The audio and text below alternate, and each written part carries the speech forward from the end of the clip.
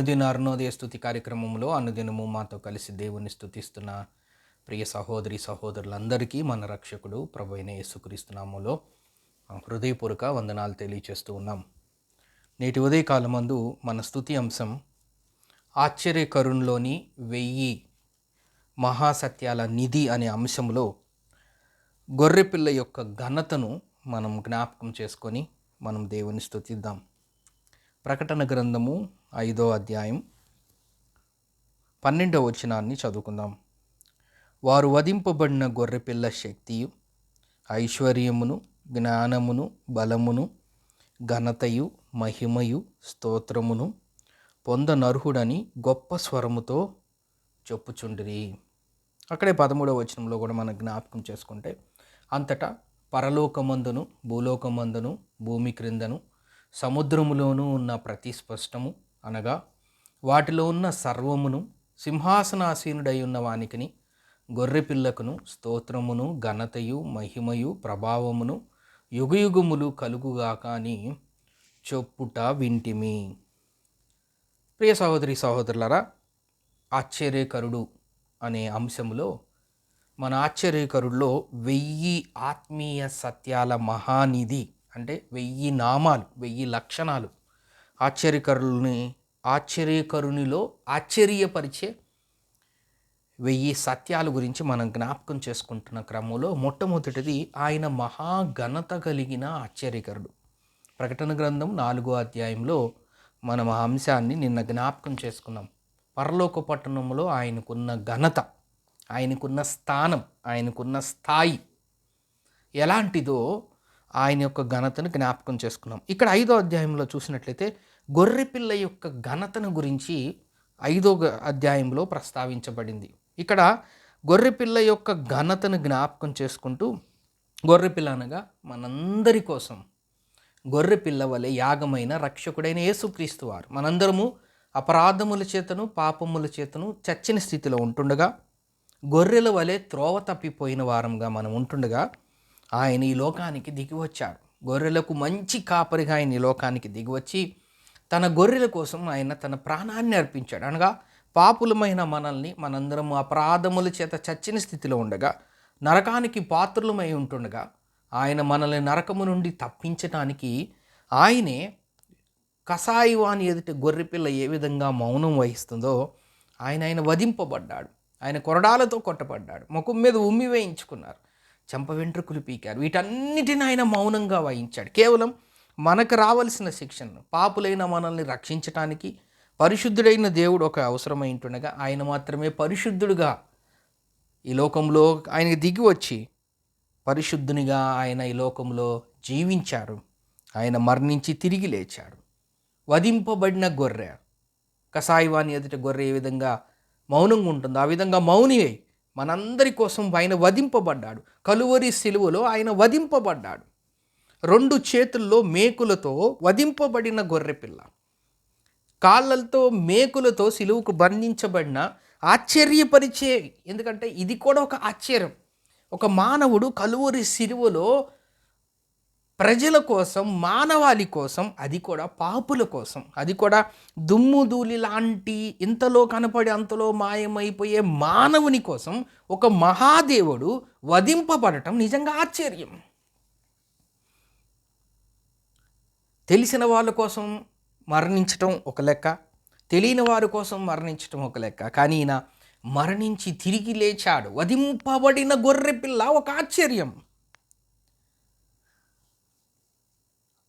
ఈ లోకంలో ఎంతోమంది చనిపోయారు, సమాధులన్నీ కుళ్ళిపోతూ ఉన్నాయి, కానీ యేసు ప్రభు వారు మరణాన్ని జయించి తిరిగి లేచారు. ఆరోహణమై పరలోక పట్టణంలో వధింపబడిన గొర్రె పిల్ల వలె కనిపిస్తూ ఉన్నారు. 5వ అధ్యాయం మొదటి నుంచి మనం చదివితే, మరియు లోపటను వెలుపటను వ్రాత కలిగి 7 ముద్రలు గట్టిగా వేసి ఉన్న ఒక గ్రంథము సింహాసనమందు ఆసీనుడై ఉండి వాని కుడి చేత చూచితిని. మరియు దాని ముద్రలు తీసి ఆ గ్రంథం విప్పుటకు యోగ్యుడెవడైనా ఉన్నాడా అని బలిష్ఠుడైన ఒక దేవదూత బిగ్గరగా ప్రచురింపగా చూచితిమి. అయితే పరలోకమందు కానీ అయితే ఇది కూడా ఒక ఆశ్చర్యం. యోగ్యతను గురించి ఇక్కడ ప్రస్తావించబడుతుంది.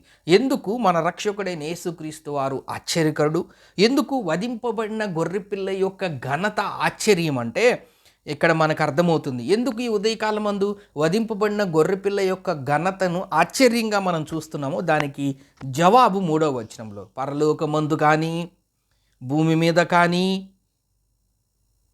భూమి క్రింద కానీ, 3 చోట్ల పరలోకమందు కానీ, భూమి మీద కానీ, భూమి క్రింద కానీ ఆ గ్రంథము విప్పుటకు యోగ్యుడు, ఆ గ్రంథమును విప్పుటకు, ఆ గ్రంథమును చూచుటకు ఎవనికి శక్తి లేకపోయింది. ఎక్కడ శక్తి లేదు? మన ఇంట్లో శక్తి లేదా? మన ఊరిలో శక్తి లేదా? మన దేశంలో శక్తి లేదా? ఈ భూమి మీద శక్తి లేదా? కాదు. 3వ వచనంలో సమాధానం చాలా స్పష్టంగా ఉంది. ఆయన యొక్క ఘనత, వధింపబడిన గొర్రెపిల్ల యొక్క ఆశ్చర్యకరమైన ఆయన ఘనత భూమి మీద కానీ, భూమి కింద కానీ, పరలోకమందు కానీ ఆ బుక్కుని ముప్పుటకైనను, ఆ బుక్కుని చూచుటకైనను, ఆ బుక్కుని చదువుటకైనను శక్తి లేకపోయెను.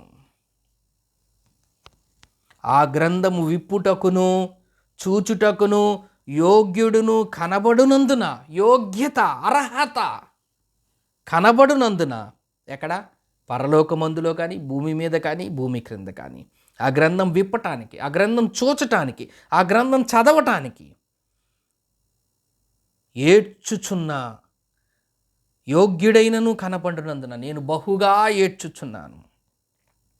ఆ పెద్దల్లో ఒకడు అంటున్నాడు. ఏ పెద్దల్లో? 4వ అధ్యాయం మనం చూసాము, 24 మంది పెద్దల్లో. ఆ పెద్దల్లో ఒకరు అంటున్నారు, ఏడవకుము సుమి, ఇదిగో దావీదు చిగురైన యూదా గోత్రపు సింహము 7 ముద్రలు తీసి ఆ గ్రంథము విప్పుటకు జయము పొందెనని నాతో చెప్పాను. ఒకతను ఉన్నాడు, భయపడకు, ఏడవకు. భూమి మీద కానీ, భూమి క్రింద కానీ, పరలోకంలో కానీ ఒకే ఒక వ్యక్తి ఉన్నాడు. ఆయన జయం పొందాడు. ఆయన దేని మీద జయం పొందాడంటే పాపం మీద జయం పొందాడు, మరణం మీద జయం పొందాడు, ఇహలోకం మీద జయం పొందాడు. ఆయన రక్షకుడైన యేసుక్రీస్తు వారు. ఆయన ఈ లోకానికి వచ్చి పారిశుద్ధంగా, నాలో పాపమున్నదని మీలో ఎవరు స్థాపించగలరు? పాపుల మధ్యలో ఉండి పాపానికి దూరంగా ఉండినవాడు. ఆయన మార్గం పరిశుద్ధం, ఆయన మాటలు పరిశుద్ధం, ఆయన చూపు పరిశుద్ధం, ఆయన కనుదృష్టి పరిశుద్ధం, ఆయన సమస్త పద్ధతులు సమస్తం ఆయన పరిశుద్ధం. అందుకే నాలో పరిశుద్ధత ఉంది, నాలో పాపం ఉన్నదని మీలో ఎవరైనా స్థాపించగలరా? ఎవరు ఆయనలో పాపాన్ని ఎత్తి చూపలేకపోయారు. ఆయన మరణాన్ని జయించాడు, మరణపు ముళ్ళును విరిచాడు, సాతాన్ని జయించాడు, మరణాన్ని జయించాడు, పాపాన్ని జయించాడు. అదే మాటను చెప్తున్నాడు, నువ్వు ఏడవకు, యూదా గోత్రపు సింహము 7 ముద్రలను తీసి ఆ గ్రంథము విప్పుటకు జయం పొందినని నాతో చెప్పాను. మరియు సింహాసనమునకు ఆ 4 జీవులకును పెద్దలకును మధ్యను ఎక్కడున్నారు? వధింపబడినట్లుండిన గొర్రెపిల్ల నిలిచి ఉండుట నేను చూచితిని. ఆ గొర్రెపిల్లకి 7 కొమ్ములను 7 కన్నులుగా ఉండెను. ఆ కన్నులు భూమి అందంతటా పంపబడిన దేవుని 7 ఆత్మలు. ఆయన వచ్చి సింహాసనమందు ఆసీనుడయ్యుండు వాని కుడి చేతిలో నుండి ఆ గ్రంథమును తీసుకొనెను. ఆయన దాన్ని తీసుకొనినప్పుడు ఆ 4 జీవులను, వీణలను, ధూప ద్రవ్యములతో నిండిన సువర్ణ పాత్రలను పట్టుకొని ఉన్న ఆ 24 పెద్దలను ఆ గొర్రె పిల్ల ఎదుట సాగిలపడిరి. ఇది ఆశ్చర్యం. ఇది ఎక్కడ జరగని ఒక వింత, ఒక అద్భుతం. మానవ శక్తికి, మానవ జ్ఞానానికి అతీతమైనగా జరిగినది ఇది.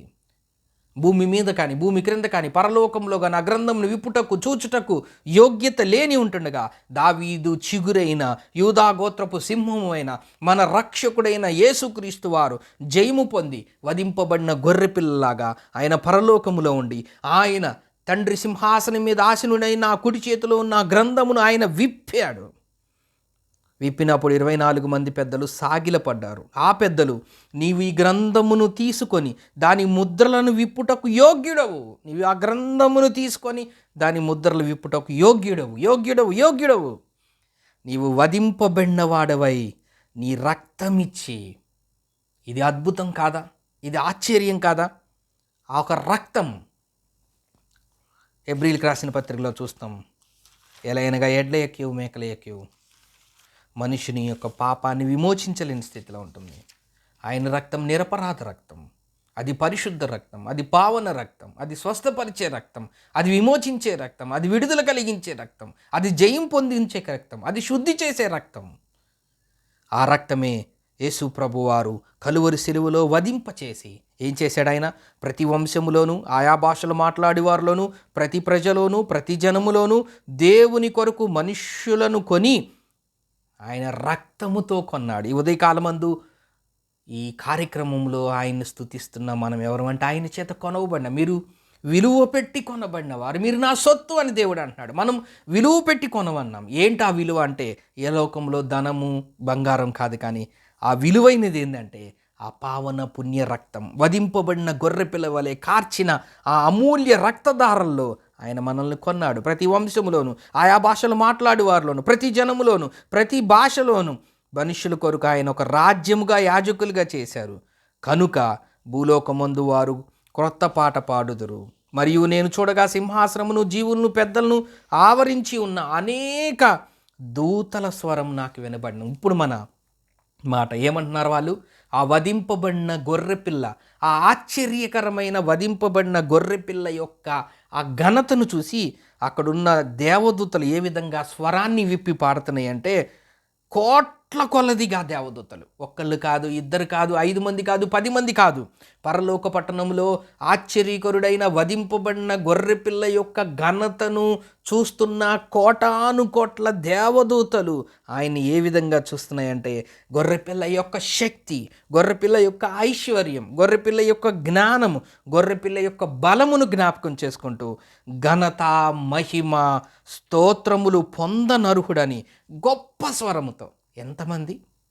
కోటాను కోట్ల దేవదూతలు, కోట్ల కొలది దేవదూతలు, కౌంట్లెస్, లెక్క పెట్టలేనన్ని కోట్ల మంది దేవదూతలు వధింపబడిన గొర్రెపిల్లైన ఆశ్చర్యకరుడైన ఆయన ఘనతను జ్ఞాపకం చేసుకుంటూ ఆయన గొప్ప స్వరముతో దేవుని స్తుతిస్తున్నారు. అంతటా మళ్ళీ 13వ వచనంలో, అంతటా పరలోకమందును, భూలోకమందును, భూమి క్రిందను, సముద్రములో ఉన్న ప్రతి సృష్టము అనగా వాటిలో ఉన్న సర్వమును, సింహాసనాసీనుడై ఉన్న వానికిని, గొర్రెపిల్లకును స్తోత్రము, ఘనత, మహిమ, ప్రభావము యుగయుగములు కలుగుగాక అని చెప్పుట వింటిని. ఆ 4 జీవులు ఆమెను చెప్పగా పెద్దలు సాగిలపడి నమస్కారం చేసిరి. ఎంత గొప్ప కార్యము!